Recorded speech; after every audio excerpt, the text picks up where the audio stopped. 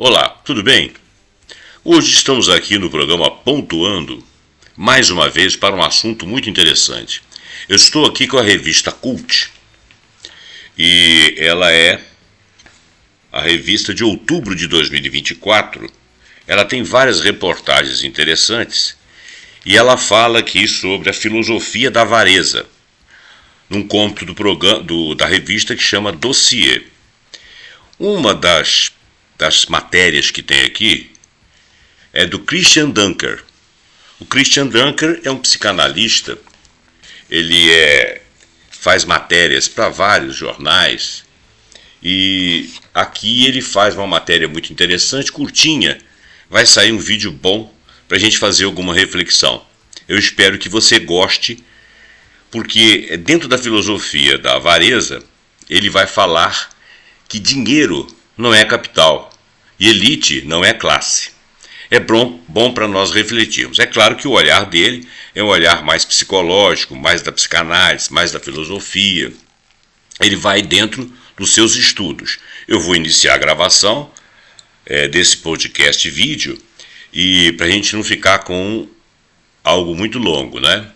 Então, num subtítulo aqui, depois do título Dinheiro não é capital e elite não é classe, aparece aqui o seguinte: todos os desvios, inversões, fixações, superestimações da libido, descritos por Freud em sua teoria da sexualidade, têm correlatos nos modos típicos da relação ao dinheiro. Eu estou lendo diretamente na revista, então de vez em quando você vai ouvir eu passando a página aí. Vamos começar. A tese de Freud sobre o dinheiro é simples, contundente inclusive, e permanece até nossos dias. Uma grande intuição clínica, ou seja, as pessoas lidam com o dinheiro da mesma forma que lidam com a sexualidade. A pertinência dessa tese depende naturalmente do que entendemos com lidar com. A ideia talvez tenha sido sugerida pela palavra alemã Kommerz, que significa tanto comércio, por exemplo, trocas de bens e serviços envolvendo ou não dinheiro, quanto a atividade sexual. Então a palavra commerce significa tanto trocas financeirizadas ou não, de bens e serviços, quanto a atividade sexual. Vamos em frente. Nas primeiras traduções de Freud ao português, encontrávamos frequentemente a expressão comércio sexual, para designar relação sexual.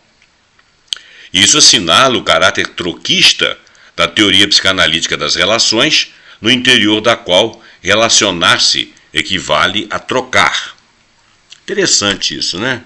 Relação e troca. Olhando aqui pelo meu olhar míope, né, filosófico, eu diria o seguinte, que a relação entre coisas pode ter a ver com troca. A relação sexual, a relação pessoal de um ou mais indivíduos envolve algum tipo de troca, né? É o caso lá da laranja. Tem uma história da laranja que quando você troca uma laranja por um abacaxi, por exemplo, que é uma troca meio descompensada, mas vamos dizer assim, se eu levo um abacaxi e te dou um abacaxi, você me dá em troca uma laranja, cada um sai com uma coisa, né? Agora, quando você vem com uma ideia e eu te dou a minha ideia, cada um de nós sai com duas ideias. Então isso aí reflete uma troca um pouco mais profunda. Na atividade sexual, talvez essa troca seja também, filosoficamente falando, uma troca em que os dois saem com alguma coisa, com as duas coisas, vamos dizer, com aquilo que levou e com aquilo que recebeu. Porque quando você faz alguma coisa para uma pessoa, você fica com a sensação de ter feito, e não apenas a sensação de ter recebido o que ela fez por você. Bom, vamos prosseguir, isso aí é mais filosofia que psicanálise, né? Por trás dessa asserção, remanescem inúmeras associações culturalmente determinadas. Algumas pessoas entendem que o dinheiro é algo sujo, assim como entendem o sexo como algo sujo. Será que isso é uma tradição de todas as civilizações, de todas as sociedades? Será que os povos autóctones têm essa visão? Será que é assim no Oriente, é assim no Ocidente? Teríamos que fazer uma pesquisa. O que nós conhecemos aqui no Ocidente é que o sexo, via de regra, tem sido visto como algo mais animalesco, mais ligado ao corpo, que tem mais a ver com renúncia ao corpo, porque no Ocidente nós estamos sempre martirizando o corpo e enaltecendo o espírito, e talvez por causa disso o sexo seja jogado a algo mais animalesco. O sexo tem a ver com odores, tem a ver com líquidos, tem a ver com fluidos, né? E está circunscrita à nossa região genital, que serve para funções excretoras também. Então talvez por isso seja visto como algo mais baixo, algo mais ligado à nossa animalidade, menos espiritual, né? Bom, isso é uma visão minha que eu estou passando aqui. Você pode inclusive discordar dela. Bom, então por trás dessa asserção permanecem inúmeras associações culturalmente determinadas. Algumas pessoas entendem que o sexo é algo sujo, o dinheiro é algo sujo como o sexo. Isso foi o Dunker que falou, eu estou repetindo. Outras pessoas acham que a sexualidade deve ser vivida em segredo, como a riqueza armazenada num cofre. Interessante, isso também é perceptível, não diria no inconsciente, né? Mas algo não falado, mas que muitos admitem como tal. Alguns são dadivosos, outros são avarentos com os prazeres, os próprios e os alheios. Ainda existem as pessoas que sentem que o dinheiro pertence a uma esfera extremamente íntima, que não deve ser jamais devassada. As pessoas inventaram metáforas e nomes indiretos para os genitais, como por exemplo, periquita, ou Braulio, ou Bilal, ou Perereca, ou Xereca, ou Xota, né? Assim como assim como proliferam termos alegóricos e alusivos para designar o dinheiro, tais como bufunfa, capilé, grana, din-din, cascalho e muitas outras coisas. Esse fator de indução metafórica toca a qualquer objeto ao qual atribuímos valor ou, mais precisamente, usamos como equivalente para produzir comparações entre objetos. Isso significa que o valor de algo depende de um termo por meio do qual podemos comparar diferenças quantitativas e qualitativas. Esse é o caso clássico das palavras que foram aproximadas do dinheiro quando Saussure definiu o que é signo. Uma nota de R$50 pode ser juntada a outra nota semelhante e ser trocada por uma nota de R$100, ou ser trocada por 5 notas de R$10 sem que o valor seja alterado, ou seja, compreendendo o mesmo valor financeiro. Sim. Assim podemos comparar notas de 2, 10, 50 ou R$100, estabelecendo uma ordem de grandeza. Em um outro sentido, estou passando página, uma nota de R$50 pode ser trocada por uma certa quantidade de dólares também, ou de ienes, ou de florins, ou de libras, qualquer moeda do planeta, sem prejuízo do seu valor quantitativo. Talvez qualitativo sim, mas quantitativo não. Porque de repente a qualidade de $1 como investimento ou como moeda forte, dependendo da economia de onde vem, é diferente da qualidade de R$1, dependendo da economia brasileira, que é de onde ela vem. Então, mas o valor quantitativo, se $1 vale R$5,75, essas quantidades se equivalem para a compra de alguma coisa. Muito bem, isso sou eu que estou dizendo, tá? Nesses dois casos estamos operando trocas de qualidade de dinheiro sem que a quantidade seja alterada. Exato. Mas algo diverso ocorre quando trocamos uma nota de R$50 por um pedaço de tecido, por um ticket de entrada no cinema ou por um prato de comida. Nesse caso, ocorre uma troca entre substâncias de naturezas e tipos diferentes. O mesmo acontecerá quando trocarmos coisas pensando em seu valor de uso ou quando trocamos coisas levando em conta apenas o seu valor de troca. No primeiro caso, valor de uso, estamos com uma circulação pequena, na qual a utilidade ou serventia local tem primazia, ao passo que, no segundo caso, há um mercado anônimo e vasto em que as trocas podem ocorrer, acrescentando um misterioso valor adicional aos objetos que foram produzidos como excedentes em forma de mercadoria, que costumamos encontrar em relação privilegiada que o fetichista mantém com seus objetos de prazer. Lembremos que para o verdadeiro fetichista, as botas que ele aprecia incondicionalmente não podem ser trocadas pelas tranças ou pelas calcinhas que um outro fetichista elegeu como seu feitiço preferencial, porque eles não têm igual valor para cada um deles, né? Diferentemente dos fetichistas sexuais, que tendem a ser monótonos e monotemáticas, os fetichistas de mercadorias estão imersos em um mundo de trocas universais entre todos e quaisquer objetos segundo o mesmo valor, o mesmo equivalente. Temos então 3 tipos de equivalências ou equivalentes, cada qual um indutor de um universal. A lógica formal se apresenta como um número duro e universal da linguagem. O capital se propõe como forma geral das trocas econômicas. O inconsciente sexual completa a série como equivalente psíquico das relações de prazer.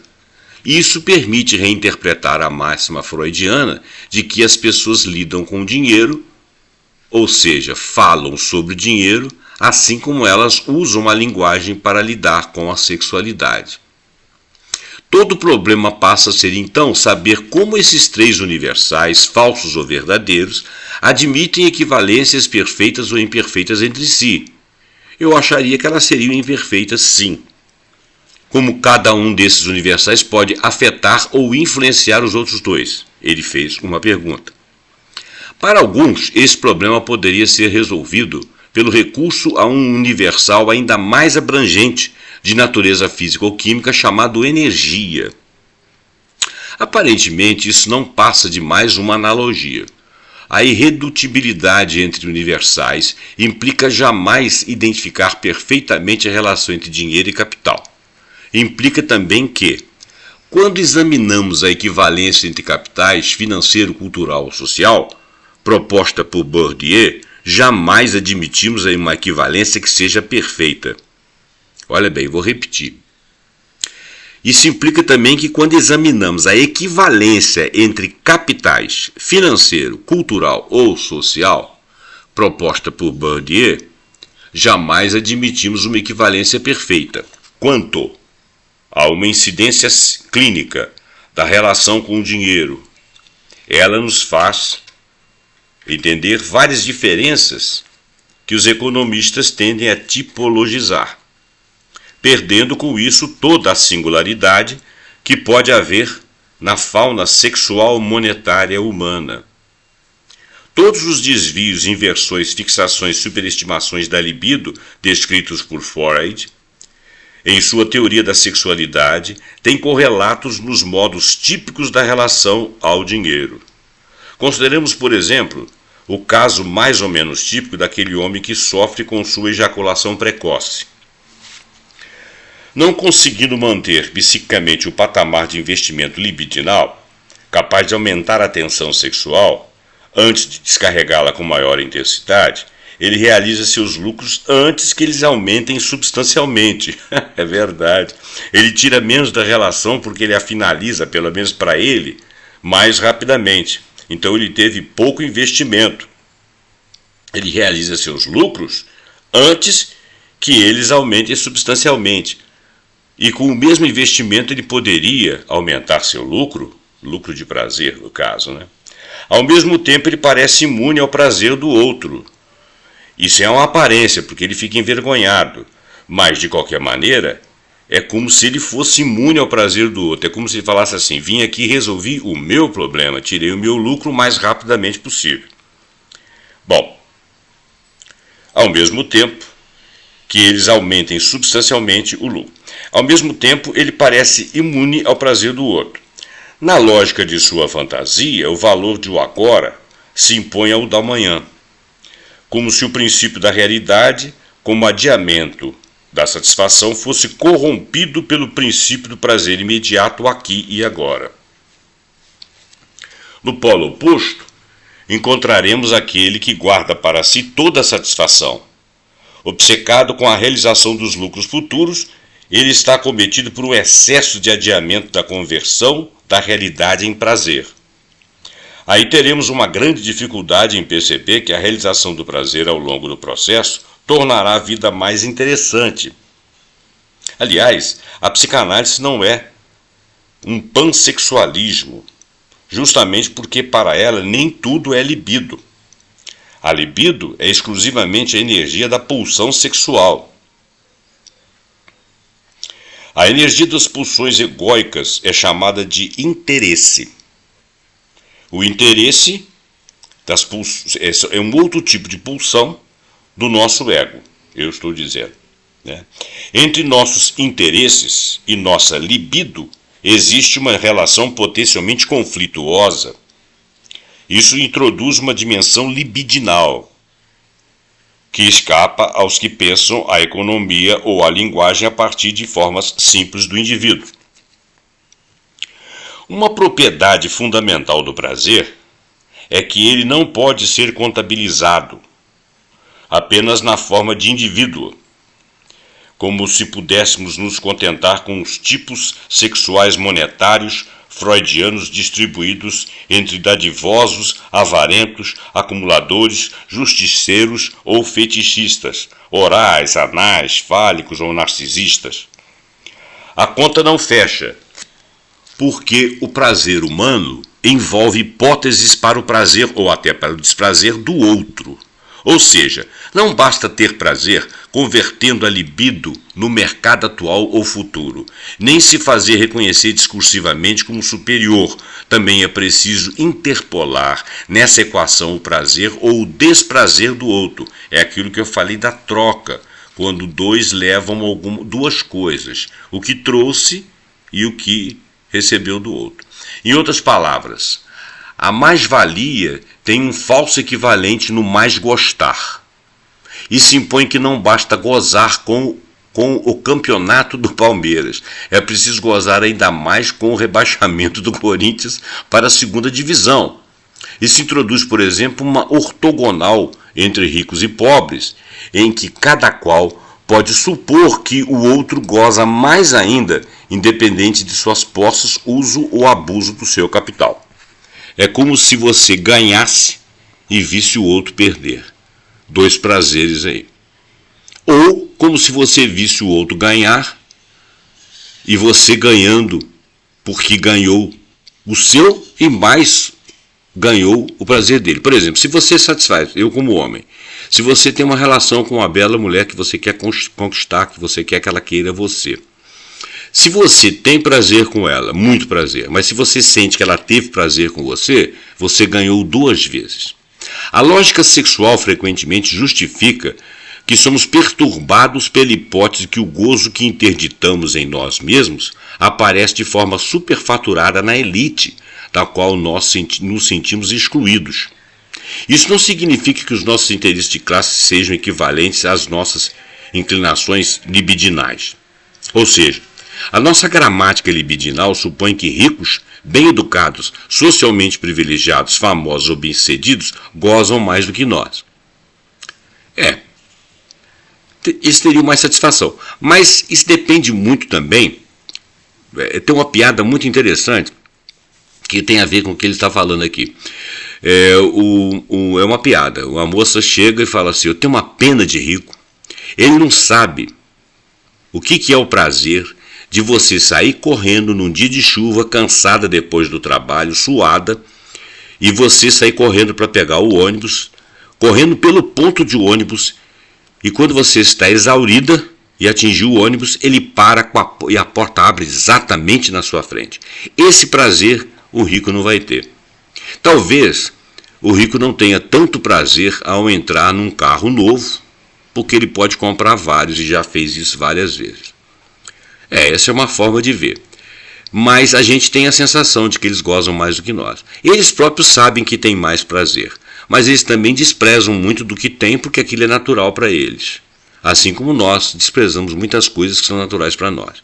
Às vezes nós fazemos isso com pessoas, com amigos, com cônjuges, com filhos e com pais.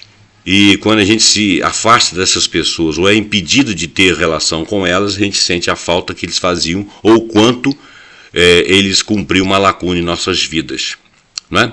Bom, assim também é mais fácil nos sentirmos pertencentes a comunidades de gozo mais do que a comunidades de identidade, destino e interesse.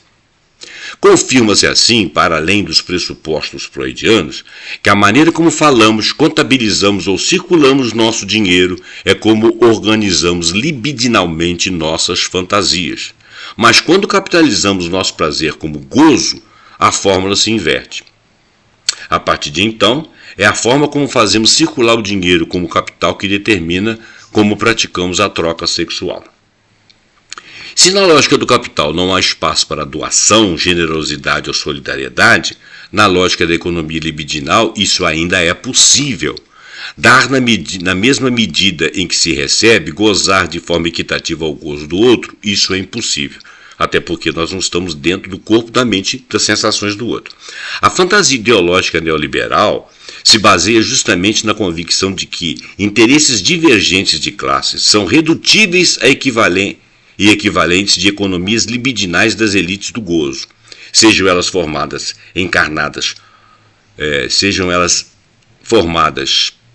por estrangeiros, mulheres ou negros, sejam elas encarnadas por ricos, bem educados, subcelebridades narcísicas. Bom, o texto é bastante difícil e eu deixo para você fazer a sua reflexão.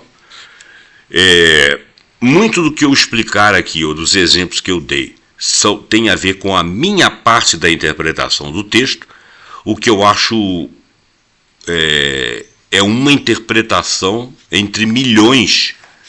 Se Deus quiser, milhões estariam me ouvindo aqui, entre milhões que poderiam ter outras, mas uma coisa é certa, nós estamos falando de filosofia da avareza. Quem que é o avarento? É aquele que quer gastar pouco. O avarento é aquele que tem dificuldade de doar, porque para ele é uma perda, ele não ganhou coisa alguma. Ele quer guardar. E quando nós partimos de Freud, que nós comparamos as energias libidinais com as energias, vamos dizer, entre aspas, ligadas às relações com o dinheiro, inclusive dizendo que o dinheiro é uma coisa suja e que deve ficar restrita e escondida nos nossos cofres, que a gente não deve revelar as quantidades que temos, da mesma forma o sexo seria uma coisa mais ou menos suja, ou pelo menos animal, que a gente não deve fazer devassadamente, ou seja, não deve fazer na frente dos outros, no meio da rua. As trocas que você tem de prazer com dinheiro tem bastante a ver com as trocas da libido, sendo que as trocas com dinheiro podem ser mais universais. Você não sai tão preocupado se você adquiriu um bem tão bom e a pessoa recebeu um valor tão extraordinário para ela no seu negócio, naquela venda, como você se estabelece se você teve um prazer tão bom numa relação. E se você não é, às vezes, avarento, você tira o seu prazer e não quer saber do prazer do outro. Ou, às vezes, você tira o seu prazer, o prazer do outro você leva com você com satisfação, mas não é uma coisa que você maximiza. Mas também pode chegar naquele momento em que você tenha dois gozos, né? O gozo de ter o prazer de estar com aquela pessoa e o gozo de saber que ela se sentiu satisfeita. Então, são várias relações. Eu acho que nesse momento, quando você percebe que o outro ganhou, você percebe que o outro também está satisfeito, que foi uma troca real em que os dois saíram ganhando, os dois saíram com duas coisas, as que levaram e as que receberam. Eu acho que nesse momento você sai do conceito de avareza. Bom, essa é a minha interpretação. Espero que você tenha gostado desse vídeo podcast. A gente sempre volta aqui com assuntos que nós achamos muito interessantes, correndo aí por essas mídias as mais diversificadas possível. Hoje nós viemos na revista Cult, no número de outubro, numa crônica do Christian Dunker, que fez uma análise ao mesmo tempo psicanalítica, mas também muito filosófica. Muito obrigado pela sua atenção, passe esse vídeo para frente, deixe seu like, deixe seu comentário se você quiser sugerir alguma coisa ou se você quiser comentar qualquer coisa a respeito do texto. Muito obrigado pela sua atenção e até o próximo programa Pontuando com algum assunto que nós acharmos muito interessante. Até lá!